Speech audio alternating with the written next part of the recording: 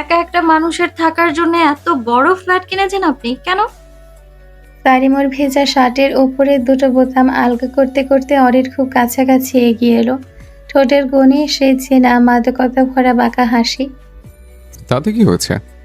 একা আছি বলে কি আজীবন একাই থাকবো?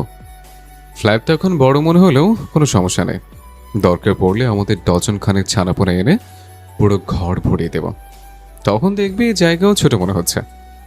সারিমের এই অকপট অসভ্যতামি শুনে অরির ফর্সা গাল দুটো মুহূর্তে লজ্জায় লাল টমেটো হয়ে উঠল। ও এক পা পিছিয়ে গিয়ে দুই হাত দিয়ে নিজের ভেজা শার্ট চেপে ধরল। অসভ্য লোক একটা, মুখ থেকে সবসময় খালি এইসব ফালতু কথাই বেরোয় না, তাই না? সারিম আর কথা বাড়ালো না। সে আলতো করে হেসে পাশ থেকে একটা নরম শুকনো তোয়ালে তুলে নিল। অত্যন্ত যত্ন করে সারিম অরির মাথাটা আলতো হাতে মুছে দিতে লাগলো। ওর আঙ্গুলের ছোঁয়া যখন অরির ভেজা কানে লতিতে লাগছিল, অরি আড়ষ্ট হয়ে চোখ দুটো বুজে ফেলল। মাথা মোছা শেষে সারিম নিজের ওয়ারড্রব থেকে ওর নিজের একটা লুজ ফিট শার্ট আর একটা ট্রাউজার বের করে অরির হাতে দিল। অরি সারিমের সেই বিশাল সাইজের শার্ট আর ট্রাউজার হাতের ওপর মেলে ধরে চোখ বড় বড় করলো। নাও, এগুলো পরে এসো। এগুলো আমার গায়ে ফিট হওয়া তো দূরের কথা, পড়লে তো কোমর থেকে খুলেই পড়ে যাবে। সারিম ওর কপালে একটা হালকা টোকা দিয়ে বলল, আপাতত এগুলো দিয়ে কাজ চালিয়ে নাও। ভেজা কাপড়ে থাকলে ঠান্ডা লেগে নিউমোনিয়া হয়ে যাবে। যাও, ওয়াশরুমে গিয়ে ফ্রেশ হয়ে নাও। অরি মুখ ফুলিয়ে ওয়াশরুমে ঢুকে দরজা বন্ধ করে দিল। এদিকে সারিম অন্য একটা গেস্ট রুমে ওয়াশরুমে গিয়ে দ্রুত ফ্রেশ হয়ে একটা ক্যাজুয়াল ট্রাউজার আর টি শার্ট পরে বেরোলো। সারিম ভালো করেই জানে অরির গোসল করতে অনেক সময় লাগে। এই সুযোগে সারিম সরাসরি কিচেনে চলে গেল। সকাল থেকে ওর বউটা একটা দানাও মুখে তুলতে পারেনি। ক্ষুধায় নিশ্চয়ই ওর পেট চুই চুই করছে। সারিম ওভেনের ক্যাবিনেট ঘেটে পাউরুটি, চিজ আর স্লাইডস চিকেন বের করলো। মিনিট 15-এর মধ্যে ও দুটো চিজি স্যান্ডউইচ আর 2 কাপ ধোয়া ওঠা কফি বানিয়ে ডাইনিং টেবিলে সাজিয়ে রাখলো। ঠিক তখনই রুমের দরজা খোলার মৃদু শব্দ হলো। সারিম ঘুরে তাকাতেই থমকে যাওয়ার উপক্রম হলো। ওয়াশরুম থেকে অরি বেরিয়ে এসছে। সারিমের সেই বিশাল শার্টটা ওর হাঁটু অবধি নেমে এসেছে। ট্রাউজারের কোমরটা ও কোনো মতে একটা দড়ি দিয়ে টেনে টুনে বেঁধে রেখেছে। হাতার কাপড়গুলো কবজি ছাড়িয়ে ফুলে থাকায় বেচারি বারবার ওগুলো গোটানোর চেষ্টা করছে। ওকে দেখতে হুবহু কোনো আজব কিউট ভিন গ্রহের প্রাণীর মতো লাগছিল। সারিম এক দৃষ্টে ওর দিকে তাকিয়ে রইল। লক্ষ্য করলো দিন দিন ওর বউটা যেন আরো বেশি রূপসী হয়ে উঠছে। ভেজা চুল থেকে ঝরে পড়া পানির ফোঁটাগুলো ওর ফর্সা গলায় এক অদ্ভুত চমক তৈরি করেছে। সারিম বিড়বিড় করে বলতে লাগলো, এইভাবে যদি বউয়ের রূপ দিন দিন বাড়তে থাকে, তবে তাকে বাইরে বের হওয়া নিষিদ্ধ করে প্যাকেটে পুড়ে ঘরে ঢুকে দিতে হবে। অরি টেনে টুনে জামাটা ঠিক করে টেবিলের কাছে আসতেই সারিম নিজের ঘোর কাটিয়ে অত্যন্ত ভদ্রলোকের মতো একটা চেয়ার টেনে এগিয়ে দিল। বসুন আমার রাজকন্যা। অরি ধপ করে চেয়ারে বসে পড়ে স্যান্ডউইচের দিকে তাকালো। খিদেই ওর পেট আসলেই জ্বলছিল। আপনি বানিয়েছেন? হুম, খেয়ে দেখো। সারিম কফির মগে চুমুক দিতে দিতে বলল। অরি এক কামড় দিয়ে চোখ বন্ধ করে ফেলল। ক্ষুধার্ত পেটে এই চিজ আর চিকেনের মেলবন্ধন যেন অমৃতের মতো লাগলো। ঠিক তখনই টেবিলের ওপর রাখা সারিমের ফোনটা ভাইব্রেট করে উঠল। ওপাশ থেকে ওর পিএস এর কল। সারিম ফোনটা রিসিভ করে কানে দিল। ওপাশ থেকে পিএস কি বলছিল তা বোঝা যাচ্ছিল না। তবে সারিম অত্যন্ত পেশাদার এবং গম্ভীর কণ্ঠে উত্তর দিল। ঠিক দুপুর 12টায় রেজাল্ট সার্ভারে লাইভ হবে। আমি নিজেই লিঙ্কটা অ্যাক্টিভেট করার পারমিশন দিয়েছে। সব প্রিপারেশন রেডি রাখো।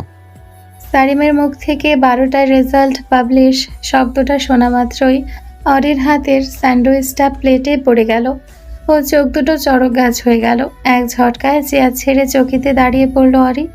হঠাৎ ওর মস্তিষ্কে সুপ্ত নিউরনগুলো সজাগ হয়ে উঠেছে। আজকে যে ওর এইচএসসি পরীক্ষার রেজাল্ট দেওয়ার কথা ছিল তা প্রায় পুরো ভুলেই বসেছিল সে। অরিকে ওভাবে আচমকা ভূত দেখার মতো দাঁড়িয়ে যেতে দেখে সারিম কফির মগটা নামিয়ে রেখে ভ্রুকুচকে তাকালো।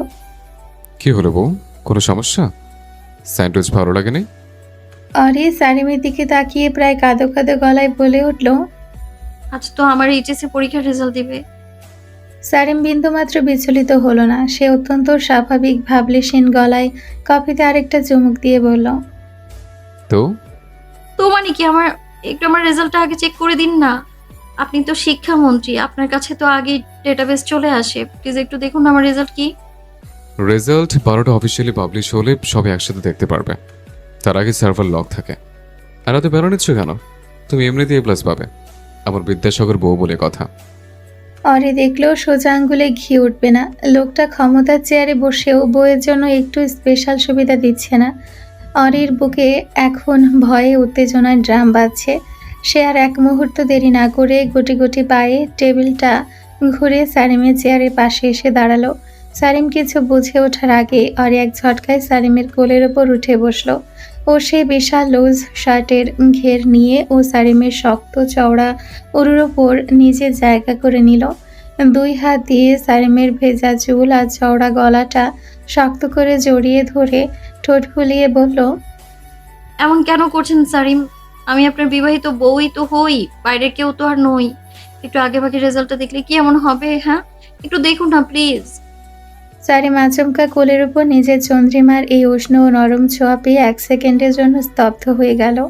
ভেতরের পুরুষালী চাহিদাটা মুহূর্তের মধ্যে চাড়া দিয়ে উঠল।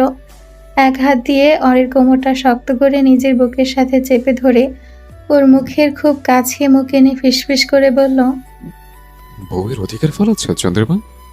রেজাল্ট দেখতে হলে তো একটা ঘুষ দিতে হবে। আমি কিন্তু ঘুষ ছাড়া কোনো কাজ করবো না। সারিমের কথা শুনে অরি সশব্দে একটা ঢোক গিলল।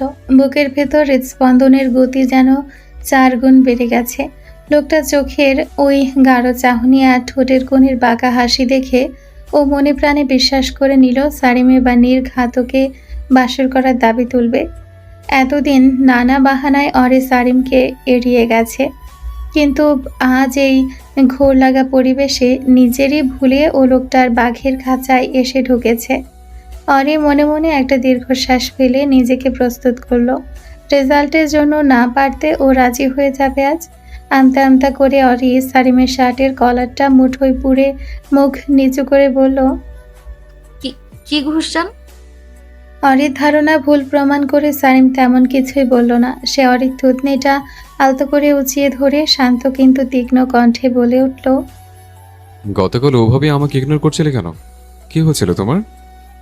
সারিমের মুখে হুট করে এ প্রশ্ন শুনে অরি মহা ফ্যাসাদে পড়ে গেল। ও যেন আকাশ থেকে পড়ল। ওই আহিলা নামের মেয়েটার মেসেজের কথা ও কোনোভাবেই সারিমকে বলবে না। মনে মনে এর প্রতিজ্ঞা আগেই করে রেখেছে। নিজের আত্মসম্মানে বাঁধে ওর। অরি মুখটা শক্ত করে অন্যদিকে ঘুরিয়ে জেদি গলায় বলল, বলবো না। বলবে না মানে? বলবো না মানে বলবো না। না, তোমাকে বলতে হবে। বলবো না বলছি তো। দরকার পড়লে আজ সত্যি সত্যি আপনাকে বাসর করতে দেবো, তবু এই কথা বলবো না, ব্যাস। সারিম থমকে গেল। ওর চোখ দুটো কোটর থেকে বেরিয়ে আসা জোগাড়। কৌতূহল এবার বহুগুণ বেড়ে গেল সারিমের। ওর বউয়ের মতো জিনের নানি যে কিনা ছোঁয়া পেলে ছ্যাদ করে উঠে, সে আজ আগে ভাগে রেজাল্টের চক্করে পড়ে বাসর পর্যন্ত সেদে সেদে দিচ্ছে। তবুও মুখ থেকে সেই কথাটা বের করছে না। এর পেছনে যে কত বড় ঝামেলা লুকিয়ে আছে তা সারিম খুব ভালো করেই বুঝতে পারল। সারিম মনে মনে ঠিক করলো যে করেই হোক আজ বউয়ের পেটের কথা সে জেনেই ছাড়বে। ও অরিকে নিজের শক্ত বুকের সাথে আরো তীব্রভাবে চেপে ধরে মাদকতা ভরা গলায় বলল, বাসরের অফারটা বেশ লোভনীয়, কিন্তু আফসোস আমি আগে জবাব চাই। না বললে কিন্তু আমি রেজাল্ট দেখবো না। অরি রেগে মেগে সারিমের চওড়া কাছে ছোট একটা কিল বসিয়ে বলল, আপনার সমস্যাটা কি বলুন তো? আমি যাচ্ছি না বলতে, তবু জোর কেন করছেন বারবার? এটা আমার সমস্যা বউ। সারিম অরির কোমরে আঙ্গুল দিয়ে সামান্য চাপ দিতেই অরি শিউরে উঠল। সারিম বলল, তোমার পেট থেকে কথা আমি বের করবই, নাকি আমি এখন এখান থেকে উঠে চলে যাব? পরে কিন্তু রেজাল্টের জন্য কেঁদে কুল পেলেও মৃধা আবরার সারিম আর তোমার কথা শুনবে না। অরি এবার শেষমেশ রেজাল্টের চরম ভয়ে আর সারিমের অনর জেদের কাছে হেরে গেল। নিজের ভেতরে জমে থাকা অভিমান আর চেপে রাখতে পারল না ও। চোখ দুটো বন্ধ করে এক নিঃশ্বাসে বলে দিল, আপনার এক্স মেসেজ দিয়েছিল আমায়। সারিম এক মুহূর্তের জন্য স্তব্ধ হলো।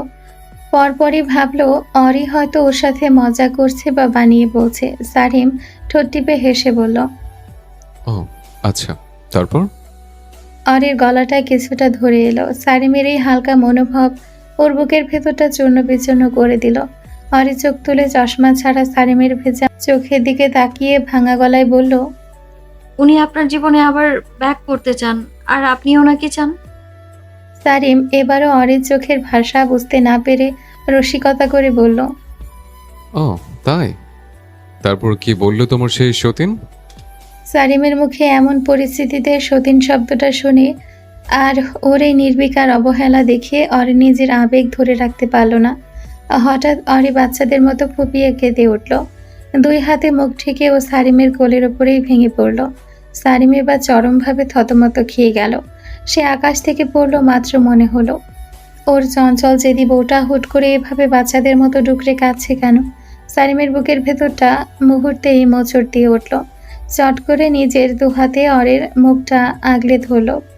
অরের ভেজা গাল দুটো আলতো করে চেপে ধরে ব্যাকুল হয়ে অরের চোখ গালে চুমু খেতে লাগলো। নিজের হাত দিয়ে ওর চোখের নোনা জল মুছিয়ে দিতে দিতে বলল। কি হলো বউ, এভাবে কাঁদছো কেন শোনা? আমি তো মজা করছিলাম, প্লিজ কেঁদো না। অরে নাক টেনে হেঁচকি তুলে ফোপাতে ফোপাতে বলল। আপনি একটা খুব খারাপ লোক। আমি আমি থাকবো না আপনার সঙ্গে, একদম থাকবো না। অরি ওর সাথে থাকবে না শুনে সারিম কেমন অস্থির হয়ে উঠল। চোখে মুখে স্পষ্ট ঘাবড়ানো ছাপ। সে দুহাতে অরিকে একদম নিজের পাঁজরের সাথে পিষে ফেলার মতো করে জড়িয়ে ধরে ব্যাকুল কণ্ঠে বলল।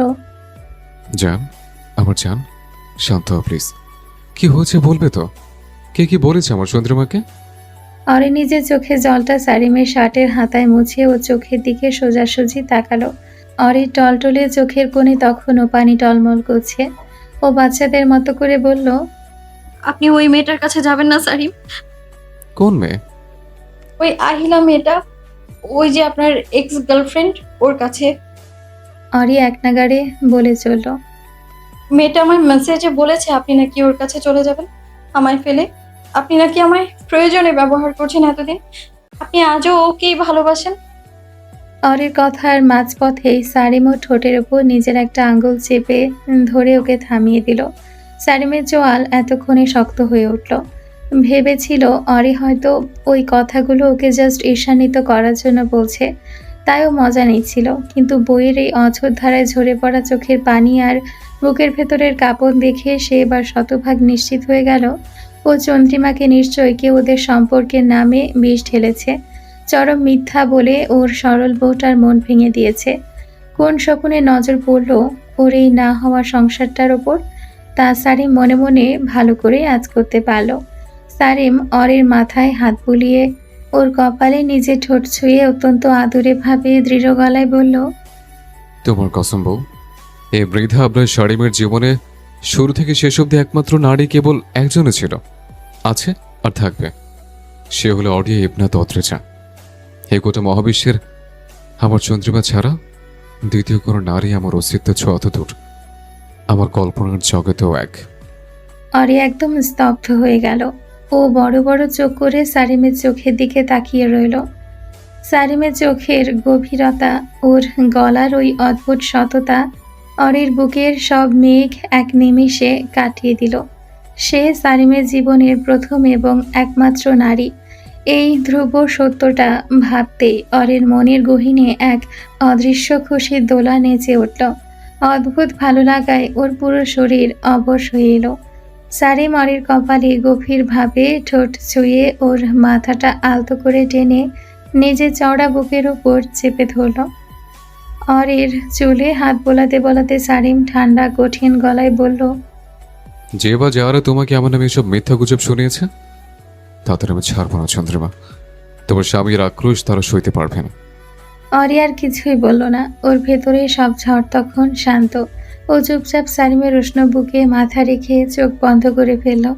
সারিমের ভেজা টি শার্টের ওপর দিয়ে ওর হৃৎপিণ্ডের তীব্র ধুকপুক শব্দটা অরির কানের পর্দায় এসে এক অদ্ভুত শান্তির সুর তুলছিল।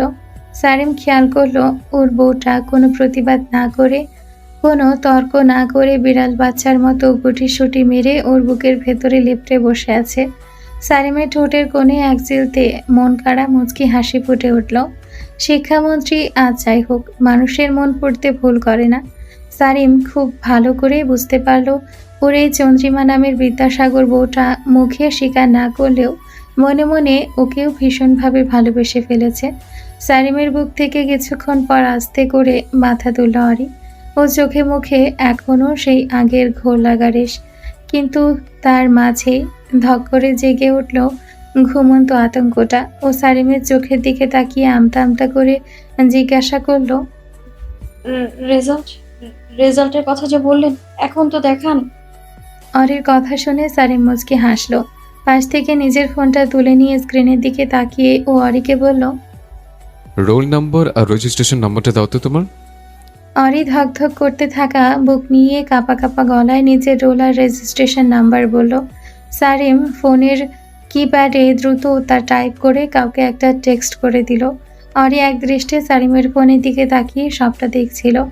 ওর হাত পাগুলো কেমন যেন অসাড় হয়ে আসছিল। মনে হচ্ছিল রেজাল্টের তীব্র উত্তেজনায় ও এখনই জ্ঞান হারিয়ে ফেলবে। সারিম অরি নার্ভাসনেসটা মুহূর্তেই ধরে ফেলল। ও একটা মৃদু হেসে অরিকে আরেকটু শক্ত করে জড়িয়ে ধরে শান্ত করার জন্য বলল, কুল বউ, এত চিন্তা কিসের? আমি জানি তুমি এমনিতে এ প্লাস পাবে নিশ্চিত, তাহলে এত ভাবছো কেন? অরি তবুও সারিমকে কিছু বলল না। ওর ভেতরে ছটফটানি আর ভয় এত বাড়ছিল যে পালে এক্ষুনি সারিমের বুকের পাঁজরের ভেতরে ঢুকে যেত। অরি কিছুক্ষণ পর পর খালি সারিমকে যত পারছে শক্ত করে জড়িয়ে ধরে নিজের দিকে একদম মিশিয়ে নিয়েছিল, যেন এ লোকটাই দুনিয়ার সব বিপদ থেকে ওকে আড়াল করতে পারে। সারিম বইয়ের এমন অদ্ভুত কাণ্ড দেখে ভেতরে ভেতরে একটু হাসল এবং পরম মমতায় ওর মাথায় হাত বোলাতে লাগলো। কিছুক্ষণ পর হুট করে সারিমের ফোনে একটা নোটিফিকেশন টোন বেজে উঠল। সারিম ফোনটা ওপেন করলো। অরিকে এক হাতে বুকে চেপে রেখেই ও ফোনের স্ক্রিনের দিকে তাকালো, কিন্তু পর মুহূর্তে ফোনের দিকে তাকানোর সাথে সাথে সারিমের পুরো মুখটা থমকে গেল। ওর চোখের চঞ্চলতা গায়েব হয়ে সেখানে এক অদ্ভুত স্তব্ধতা নেমে এলো। আস্তে আস্তে ভীষণ ধীর গতিতে অরির দিকে তাকালো সারিম। সারিমের চোখের সেই চাহনি দেখে অরি বুঝে গেল ওর মনের ভেতর এতক্ষণ ধরে যে ডাকটা ডাকছিল সেটাই সফল হয়েছে। অরি আর এক সেকেন্ড অপেক্ষা না করে লজ্জায় আর অপমানে আস্তে করে সারিমের বুকে মুখ লুকিয়ে ফেলল। সারিম অরিকে এমন করতে দেখে একটু চমকালো। ও নিজের চোখে বিশ্বাস করতে খুব কষ্ট হচ্ছিল। এক্ষুনি ও ফোনের স্ক্রিনে এটা কি দেখলো? শিক্ষামন্ত্রী মৃধা আবরা সারিমের স্ত্রী হয়ে তার এই রেজাল্ট! মান সম্মান আর কিছু রাখলো না বেচারার বউটা। সারিমা দেরি না করে ওই নাম্বারটির মালিককে ডিরেক্ট কল লাগালো। ওপাশ থেকে কল রিসিভ হতেই সারিম গম্ভীর ঠান্ডা গলায় বলল, রেজাল্টটা ভালো করে দেখে তারপর বলো, ভুলভাল তথ্য দিয়ে বিভ্রান্ত কেন করছো? ওপাশের ব্যক্তিটি সারিমের গলার কঠিন স্বর শুনে ভয় পেয়ে গেল। সে অত্যন্ত বিনীতভাবে বলল, সরি স্যার, আপনি লাইনে থাকুন, আমি পুনরায় চেক করছি। কয়েক সেকেন্ডের নীরবতা। ওপাশ থেকে আবার আওয়াজ এলো, স্যার, রেজাল্ট একদম ঠিক আছে, সিস্টেমে কোনো ভুল নেই, ওটার ওনার ফাইনাল রেজাল্ট। কথাটা শুনতেই সারিমের কান থেকে হাতটা আলগা হয়ে গেল। ফোনটা ধপ করে কোল ঘেঁষে নিচে পড়ে গেল। ও অবিশ্বাস্য চোখে অরের দিকে তাকালো। হাত দিয়ে অরের মুখটা নিজের দিকে ফিরিয়ে আনতে চাইল, কিন্তু অরি ওর দিকে ভুলেও তাকালো না। যে ধরে সারিমের বুকে মুখ গুজে পড়ে রইল। সারিম চরম হতাশ। ও একটা দীর্ঘশ্বাস ফেলে অরিকে এক ঝটকায় কোলে তুলে নিল। ডাইনিং চেয়ার ছেড়ে সারিম ধীর পায়ে বেডরুমে চলে এলো। খাটের ওপর অরিকে বসিয়ে দিয়ে ও নিজের থেকে সম্পূর্ণ ছাড়িয়ে নিল। অরি চোরা মুখটা নিচু করে রইল। একবারের জন্য সে সারিমের চোখের দিকে তাকাচ্ছিল না। সারিম অত্যন্ত গম্ভীর মুখে অরির সামনেই বিছানায় বসলো। ওর চোখে ধারালো দৃষ্টি অরির উপর নিবদ্ধ করে জিজ্ঞাসা করলো, এটা কি সত্যি? অরি কোনো কথা না বলে শুধু অপরাধীর মতো মাথা নাড়ল। তবে সারিমের দিকে তাকানোর সাহস পেল না। সারিম দুই হাত কপালে ঠেকিয়ে বলল, আমার বিশ্বাস হচ্ছে না চন্দ্রিমা, তুমি তাও এ মাইনাস? কিভাবে? ইম্পসিবল। অরি এবারও নিশ্চুপ। সারিম এবার ওর দিকে কিছুটা ঝুঁকে এসে জিজ্ঞাসা করলো, সারাদিন যে তুমি চশমা চোখে দিয়ে এত পড়াশোনা করতে, এগুলো কি এটার জন্যই ছিল? অরি এবারও কোনো উত্তর দিল না। সারিম অরিকে এভাবে এক নাগাড়ে চুপ থাকতে দেখে এবার চরম রেগে গেল। নিজের ভেতরের ইগো আর হতাশা সামলাতে না পেরে খাটের বেডসাইড টেবিলে হাতের সাহায্যে জোরে একটা বাড়ি দিয়ে গর্জে উঠল। Answer me damn it. টেবিলের উপর সারিমের হাতের ওই প্রচণ্ড আওয়াজে অরি কিছুটা কেঁপে উঠল, আর নিজের আবেগ ধরে রাখতে পারল না বেচারি। ভয়ে আর অপমানে ফুপিয়ে কেঁদে দিল সে। অরিকে ওভাবে কাঁদতে দেখে সারিম সাথে সাথে বিচলিত হয়ে পড়ল। ওর ভেতরে সব রাগ এক নিমিষে কর্পূরের মতো উবে গেল। বুঝতে পারল ভয়ঙ্কর একটা ভুল করে ফেলেছে। মেয়েটা এমনিতেই নিজের রেজাল্ট নিয়ে ভেঙে পড়েছে, তার উপরও একটু বেশি কড়া কথা বলে ফেলেছে। সারিম সাথে সাথে অরিকে টেনে নিজের বুকের মাঝে জড়িয়ে ধরল। ওর পিঠে হাত বুলিয়ে অত্যন্ত শান্ত ও ব্যাকুল কণ্ঠে বলল, আই এম সরি বউ। শোনো, কাঁদে না। তোমার স্বামী very very sorry. Please stop crying. Ori তবুও সারিমের বুকে মুখ ঘষে ফুপিয়ে কেঁদেই চলেছে। সারিম এবার উপায় না পেয়ে অরির একটা ছোট নরম হাত নিজের শক্ত হাতের মুঠোয় নিয়ে নিল। তারপর অরির ওই হাতটা দিয়ে নিজের গালে মাথায় মারতে মারতে বলতে লাগলো, আমার ভুল হয়ে গেছে চন্দ্রিমা। আর কখনো তোমার সাথে উঁচু গলায় কথা বলবো না, প্রমিস। একদম সরি। তোমার যত ইচ্ছে আমাকে মারো, তবুও কাঁদবে না বউ। তোমার কান্নায় আমার ভীষণ কষ্ট হচ্ছে। সারিমের পাগলামি আর আকুল কথাগুলো শুনে অরি অবাক হয়ে গেল। ও আলতো করে নিজের কান্না থামিয়ে লোকটার চোখের দিকে ফিরে তাকালো। ওর কান্নাতে এই লোকটার এতটা কষ্ট হয়, এটা ভাবতে অরির বুকের ভেতর কেমন যেন এক অদ্ভুত অচেনা ভালো লাগা দোলা দিয়ে গেল। সারিম অরিকে শান্ত হয়ে ওর দিকে তাকাতে দেখে যেন এতক্ষণে বুকের স্বস্তি ফিরে পেল। ও একটা লম্বা শ্বাস নিল। এরপর বেড থেকে নেমে সোজা মেঝেতে অরির পায়ের নিচে বসে পড়ল। অরির ফর্সা পা দুটো টেনে নিয়ে নিজের কোলের ওপর রাখলো। তারপর দু হাতে পা দুটো আলতো করে চেপে ধরে নরম গলায় জিজ্ঞাসা করলো, ভয় পেয়েছিলে? অরি চোখ জোড়া পিটপিট করে ছোট করে বলল। খুব বেশি? সারিম একটু হাসলো। সে হাঁটু গেড়ে উপরে উঠে এসে অরির কপালে একটা গভীর চুমুকে দিয়ে বলল, আর হবে না। আমার দ্বারা এমন ভুল আর কখনো হবে না। অরি এতে কিছু বলল না, কেবল চশমা ছাড়া চোখ দুটো দিয়ে সারিমের মুখের রেখাগুলো দেখছিল। সারিম এবার একটু শান্ত হতেই ওর ভেতরে সেই আগের প্রশ্নটা আবার চাড়া দিয়ে উঠল। ভ্রু কুঁচকে অরির দিকে তাকালো। চোখে এবার স্পষ্ট সন্দেহ আর অবিশ্বাসের ঝিলিক। গম্ভীর গলায় শুধালো, তাহলে যে তুমি দিন রাত এতে পড়াশোনা করতে, ওইগুলো কি ছিল? অরি এবার একটু ম্লান হাসলো। তারপর নিজের নাকটা একটু টেনে অত্যন্ত স্বাভাবিক গলায় বলল, যেন ও খুব সাধারণ একটা সত্য প্রকাশ করছে। ওইগুলো তো আমি জাস্ট দেখানোর জন্য পড়তাম। আসলে পড়াশোনা আগা মাথা আমি কিছুই পড়তাম না। পরীক্ষায় ঘুষ দিয়ে অন্যের খাতা দেখে লিখতাম। সারিম পুরো হতবাক। ওর মুখ দিয়ে কোনো কথা বের হচ্ছিল না, যেন কোনো এলিয়েনের কথা শুনছে। সারিম ঢোক গিলে বলল, তাহলে এসএসসিতে গোল্ডেন প্লাস কেমনে পেলে বউ? অরি এবার আর লজ্জা পেল না, বরং বেশ গর্বের সাথে নিজের দুই কাঁধ ঝাঁকালো। বলল, ওই বছর ফেসবুকের একটা গ্রুপ ওয়েবসাইট থেকে প্রশ্ন ফাঁস হয়েছিল। সেখান থেকে অনেক টাকা দিয়ে প্রশ্ন কিনে এনে মুখস্থ করে পরীক্ষা দিয়েছিলাম। আগের বছরের শিক্ষামন্ত্রী অন্য একজন দয়ালু মানুষ ছিল কিনা, কিন্তু এবার আপনি শিক্ষামন্ত্রী হওয়াতে প্রশ্ন পাওয়া তো দূর, নকলের নাম শুনলেই মানুষ ভয়ে হেগে দিত। সারিম এবার নিজের মাথায় হাত দিয়ে বিছানার পাশে ধপ করে বসে পড়ল। ওর ঠোঁটের কোণে এক চিলতে তাচ্ছিল্য আর চরম বিষয়ের হাসি ফুটে উঠল। বিড়বিড় করে বলল, তোমার ভেতর এত বড় বড় প্রতিভা লুকিয়ে ছিল, তা আমি আগে কেন জানলাম না? অরি সারিমের এই অসহায় অবস্থা দেখে হঠাৎ করে ওর একদম কাছে সরে এলো। খাটের কোণ ঘেঁষে এসে দুই হাত দিয়ে সারিমের টি শার্টের কলারটা খামচে ধরল। তারপর নিজের মুখটা ওর খুব কাছে নিয়ে অত্যন্ত আদরে তেলমাখা গলায় বলল, সরি, শুনুন না, আমি না আপনার একমাত্র বিবাহিত বউ, আপনার চন্দ্রিমা, আপনার সব, তাই না? সারিম একটা ভ্রু উঁচিয়ে বাঁকা চোখে তাকিয়ে বলল। তো অরির চোখে মুখে এখন রেজাল্ট পরিবর্তনের ধান্দা চলছে।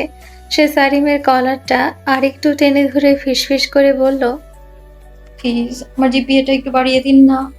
আমাকে যে কোনোভাবে একটা এ প্লাস পাইয়ে দিন, নাহলে সবার সামনে, বিশেষ করে আপনার বাবার সামনে, সবার সামনে আমার নাক কাটা যাবে। প্লিজ সারিম। সারিমের চোখ দুটো এবার চড়ক গাছ হয়ে গেল।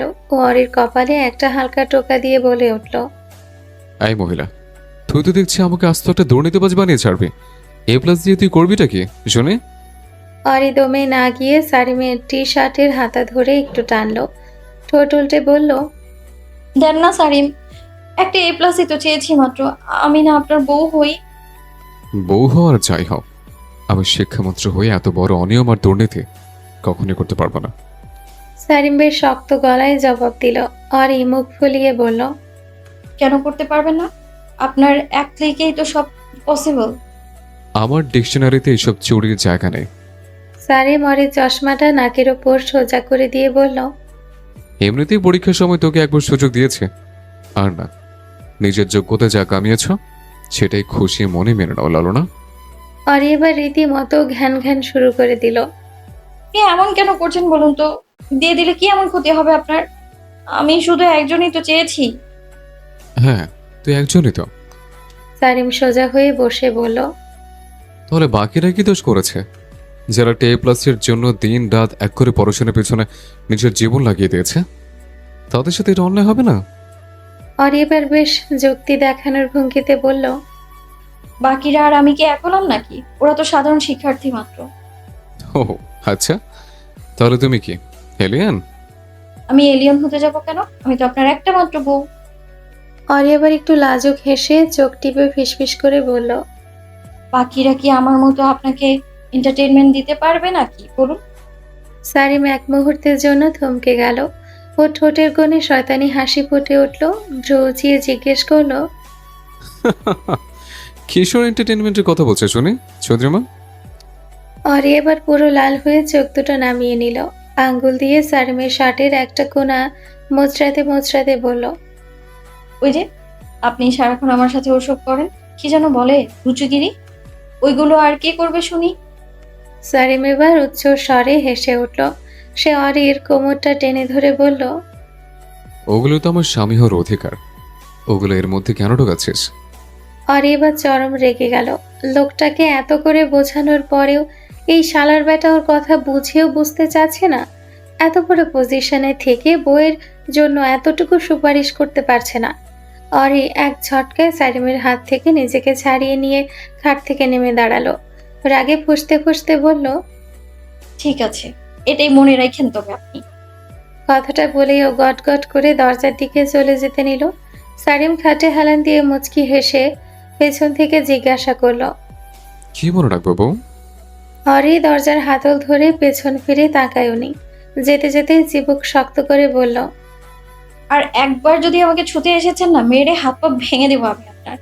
জাস্ট গাড়ি বের করুন, আমি এক্ষুনি বাড়ি যাব। অরি শেষ কথাটা শুনে সারিমের ভেতরের এতক্ষণের পুরুষটা মুহূর্তেই দমে গেল পুরোপুরি।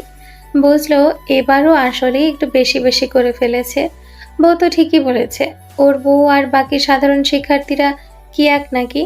বউকে একটা এ প্লাস দেওয়াই যায়, নয়তো দেখা যাবে রাগে চোটে বেচারার আর ইহকালেও বাসর করা হবে না। বাসরহীন জীবন কাটানোর চেয়ে সামান্য একটু সিস্টেম আপগ্রেড করা অনেক ভালো।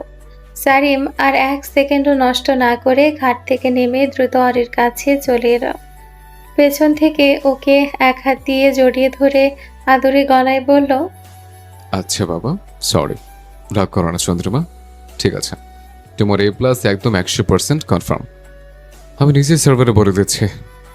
সারিমের মুখে এই কনফার্ম শব্দটা শোনা মাত্রই অরির রাগ ধুলোয় মিশে গেল। খুশিতে চকচক করে ঘুরে তাকালো অরি।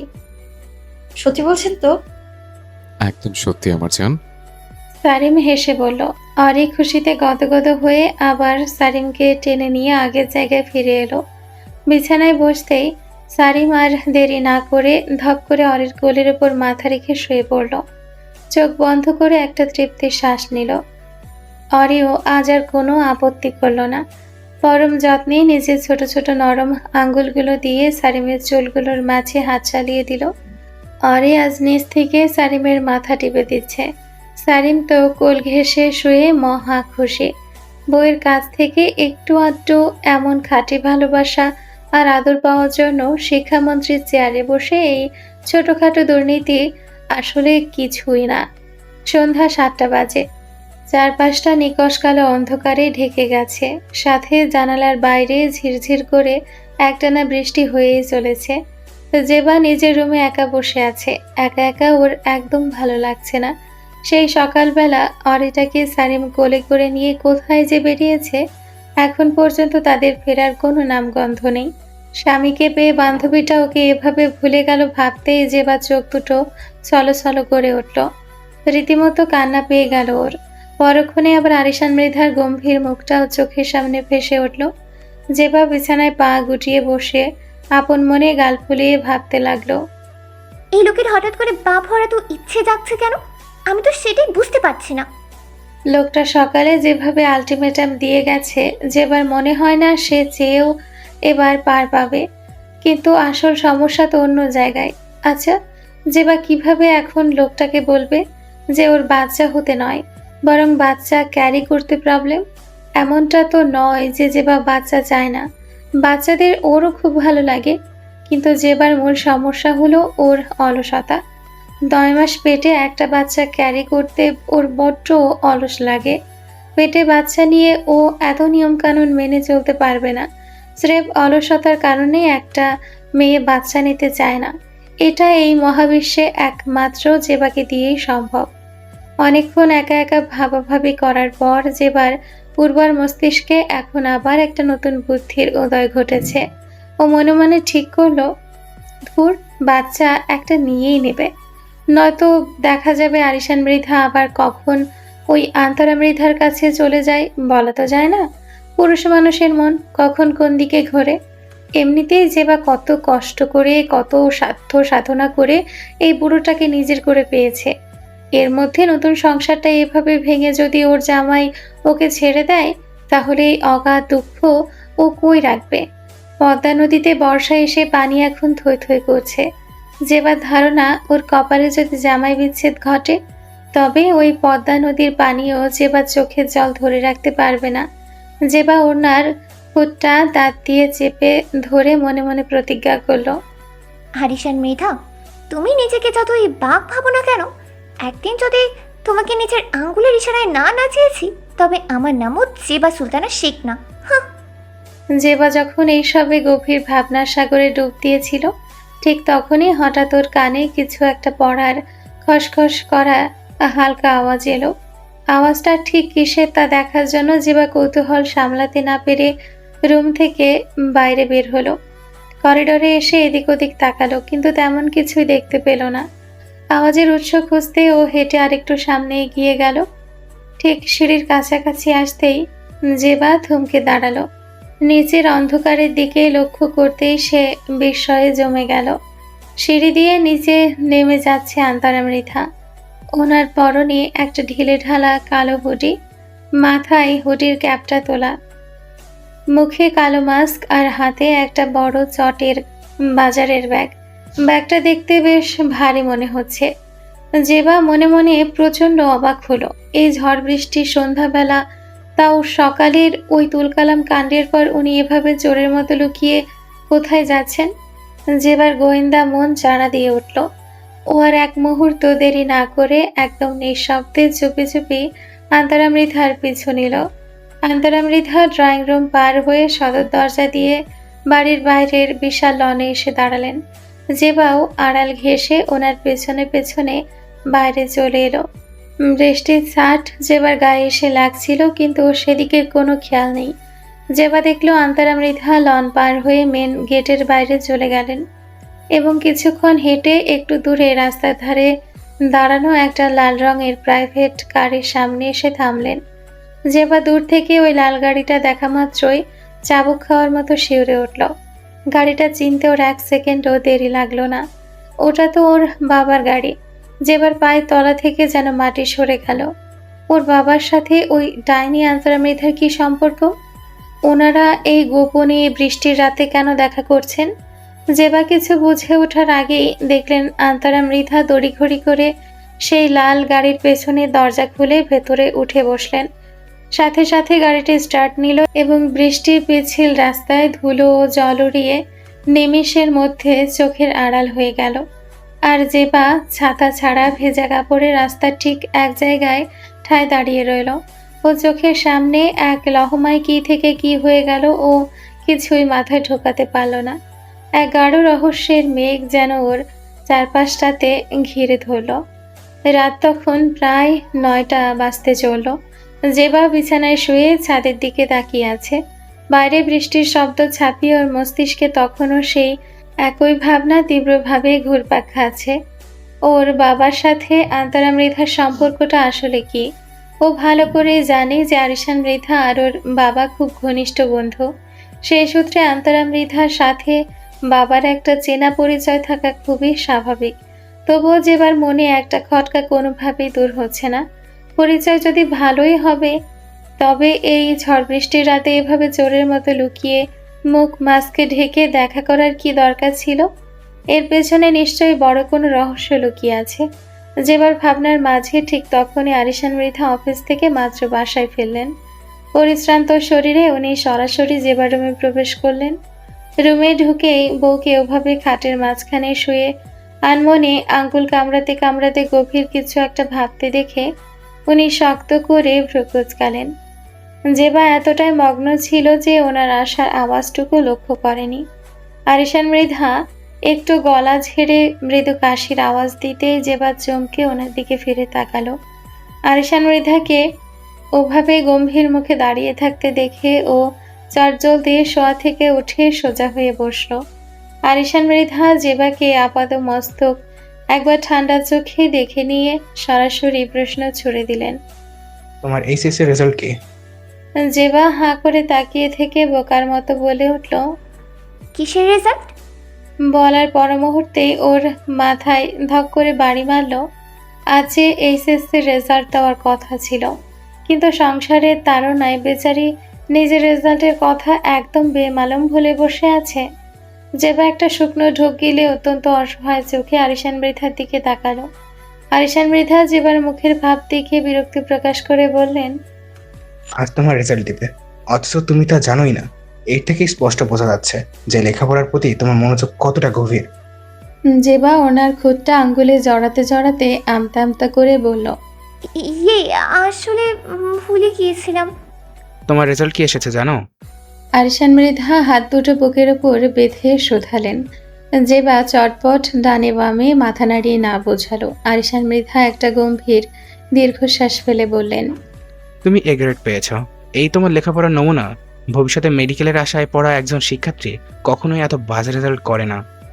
জেবা এবার মুখটা বাঁকিয়ে একটু ঝাঝালো গলায় বলল, তো আমি কি আপনাকে কখনো বলেছি যে আমি মেডিকেলে পড়তে চাই? ওটা তো বাবা জোর করতো বলেই লোক দেখানো পড়তে চেয়েছিলাম। মেডিকেল একটা অত্যন্ত ফালতু সাবজেক্ট। 24 ঘন্টা খালি এই কাটা ছেঁড়া আর পড়াশোনা, বড্ড বিরক্তকর। আরিশান মৃধা চরম অবাক হলেন। ওনার তীক্ষ্ণ চোখ দুটো আরেকটু সরু করে জিজ্ঞেস করলেন, মেডিকেল ফালতু কেন? তোমার জীবনের নিজস্ব লক্ষ্য বা ড্রিম ছিল না? জেবা এক মুহূর্ত না ভেবে আরিশান মৃধার চোখের দিকে তাকিয়ে একগাল হেসে বলল, ছিল তো। আপনি ছিলেন আমার জীবনের একমাত্র লক্ষ্য। আর দেখেন, আমি আমার লক্ষ্য পূরণ শতভাগ সফল হয়ে গেছি। আরিশান মৃধা চরম বিরক্ত হয়ে কপালে হাত দিলেন। তোমাকে আমি ক্যারিয়ারের কথা বলছি, তোমার ড্রিমের কথা বলছি। জেবা, সিরিয়াস হও। জেবা এবার একটু থুতনিতে হাত দিয়ে ভেবে বলল, ক্যারিয়ার আপাতত আপনার সংসার করছি, 2 দিন পর বাচ্চার মাও হয়ে যাব। তবে হ্যাঁ, একসময় আমার একটা চায়ের দোকানের বিজনেস দেওয়ার খুব শখ ছিল। দৈনিক যদি 10,000 টাকার চাও বেচতাম, তাও তো মাসে 3 লাখ টাকার প্রফিট আসতো। মন্দ কি? আরিশান মৃধা এবার স্তম্ভিত হয়ে গেলেন। ওনার রাগী চোয়ালটা শক্ত হয়ে উঠল। তুমি কি লাইফে কখনো সিরিয়াস হতে শিখবে না? এবার জীবনে অন্তত একটাবার একটু সিরিয়াস হতে শেখো, দেখবে তোমার চাওগুলো কিভাবে আস্তে আস্তে তোমার হয়ে যায়। জেবা এবার বিছানা থেকে একটু এগিয়ে এসে ওনার খুব কাছাকাছি দাঁড়িয়ে বলল, আপনাকে নিয়ে আমি ভীষণ সিরিয়াস ছিলাম, আর আপনি এখন আমার হয়ে গেছেন। হিসাব একদম বরাবর। এখন অন্য কিছু লাইফে থাকলেও বা না থাকলেও তাতে আমার বিন্দু মাত্র আসে যায় না। আরিশান মৃধার এখন তীব্র মন চাচ্ছে নিজের মাথাটা নিজে কোনো শক্ত দেওয়ালে ঠুকে ফাটাতে। কোন কুক্ষণে যে ওনার কপালে এই শেষ বয়সে এসে আল্লাহ এমন একটা অদ্ভুত অটিস্টিক টাইপ মেয়ে জুটিয়েছেন তা একমাত্র ওনার উপরওয়ালাই ভালো জানেন। ওনার গম্ভীর মুখের সব এক্সপ্রেশন যেন যেবারেই চিল আউট স্বভাবের সামনে এসে মার খেয়ে যায়।